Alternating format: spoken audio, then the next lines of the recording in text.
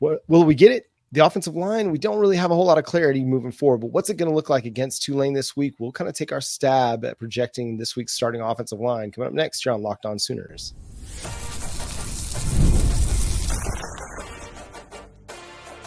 You are Locked On Sooners, your daily podcast on the Oklahoma Sooners. Part of the Locked On Podcast Network, your team every day. All right, Brent Venables had his weekly press conference on Tuesday and indicated that he doesn't really know if and when Branson Hickman's going to be available. We know that Jake Taylor was injured again against Houston. And I think that's it, right? Those are the two main ones. I mean, we know Gary and Hatchett's gone. Gary and Hatchett's out for the season. We talked about that yesterday. So, Jay, take your stab at guessing what this offensive line can be for this week. So with the shuffling, you lose Jake Taylor. They put Logan Howland out there at the right tackle. He did decent, right? You could see the inexperience, but he had some good moments in making sure that the pocket in some capacities. Got to get better at the run blocking though. But to me, I think what makes the most sense is you go ahead and slide Sexton to the left tackle, move Tarkin to the right, run it that way. Wei-Wu at your right guard. Center, go ahead and ride with Bates since you don't know if Hickman's going to play. I'm hearing rumblings that Troy Everett is getting closer and closer. So with Hickman and Everett both getting close, we'll see who decides to play. But give me some of the young guys. Give me Hugh Zeta. Give me Eddie Pierre-Louis at the left guard. And just say go. Go ball. Go be a gamer and make it happen. I think that an EPL on the offensive line or even a Heath, I think at some point they're going to get that energy where they're going to get nasty and they're going to really start to make something happen. Here's what I think they're going to do.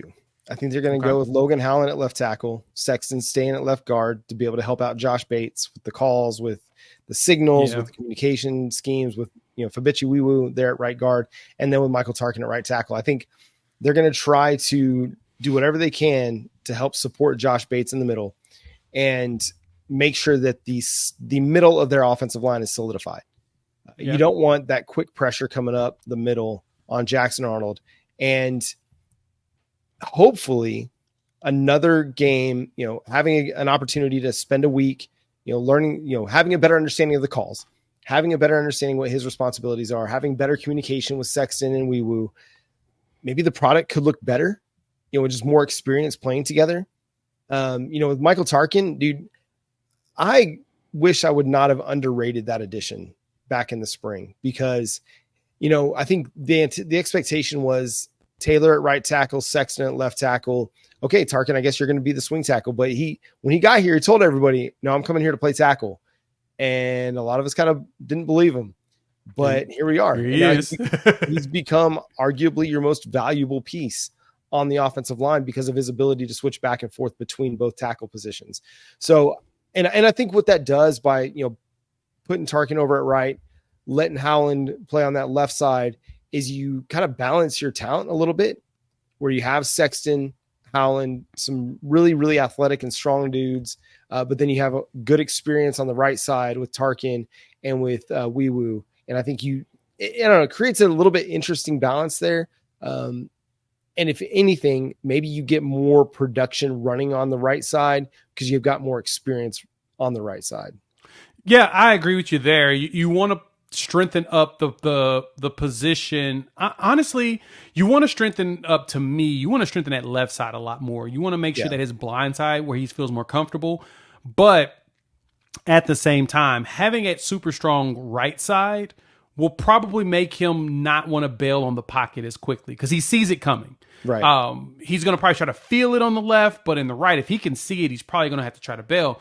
And to me, it'd be a good idea to make sure that right side stays so secure to where he feels a lot more comfortable when he can stick around. Because as you get deeper into this schedule, when you start seeing those, South Carolinas, those Tennessees, things ain't going to be, all hunky-dory with those edges coming at you. You got to make sure that even though he sees the pressure coming, he's got to be comfortable with it behind him. But I think that in time, once he gets those wide receivers, I think he'll feel better. But I want to see more EPL as well as Ozeta, right? I think that with EPL, I think he could be our Caden Green this year, right? We know that he's really good. BV mentioned that he wished he could have came in January, but we know why he couldn't. He went to Tampa Catholic. You can't graduate early there. That's just kind of how the school works. Gotcha. So he couldn't come out early as he wanted, but as soon as he got here in the summer, you started to hear about him being a force. You heard about him being forceful in the fall, and it's like, okay, what he needs now is just more snaps. Gets more snaps, we think that he'll be able to do something. And so at this point, just go ahead and throw him out there. I don't think it's going to hurt us. Tulane has a better defensive line than we've seen in the last 2 games. But you put a dude out there like EPL who we know is going to want to try to run through somebody's face. I think that's all right. If you have concerns about the toughness of other guys, put the freshman in. He's going to run through somebody's face. I'm here for that. Yeah, he's probably eager to hit somebody. Been on campus just for a few months. Mm-hmm. So I think part of it also comes back to, okay, where have guys been playing? Where have your young guys been playing? If, Logan Howland's been playing left tackle in practice, you probably don't want to be trying to switch him over to the right side, 1 week ahead of a game. And same with like Heath Ozida and, Eddie Pierre-Louis. If they've been playing that left guard spot, that's probably where you want to kind of keep working them. And so they're going to probably look for what's the best floor for their offensive line. And I think this kind of makes the most sense if you don't have Hickman back, if you don't have, another offensive tackle option, and you don't feel good about your guard option and you want to keep Sexton there, then, okay, looks like I think it could very well be Howland. Wide receiver, man, that's another area of concern for the Oklahoma Sooners because Brent Venables was not super specific on Nick Anderson's timeline as well. And we'll discuss that coming up next here on Locked On Sooners.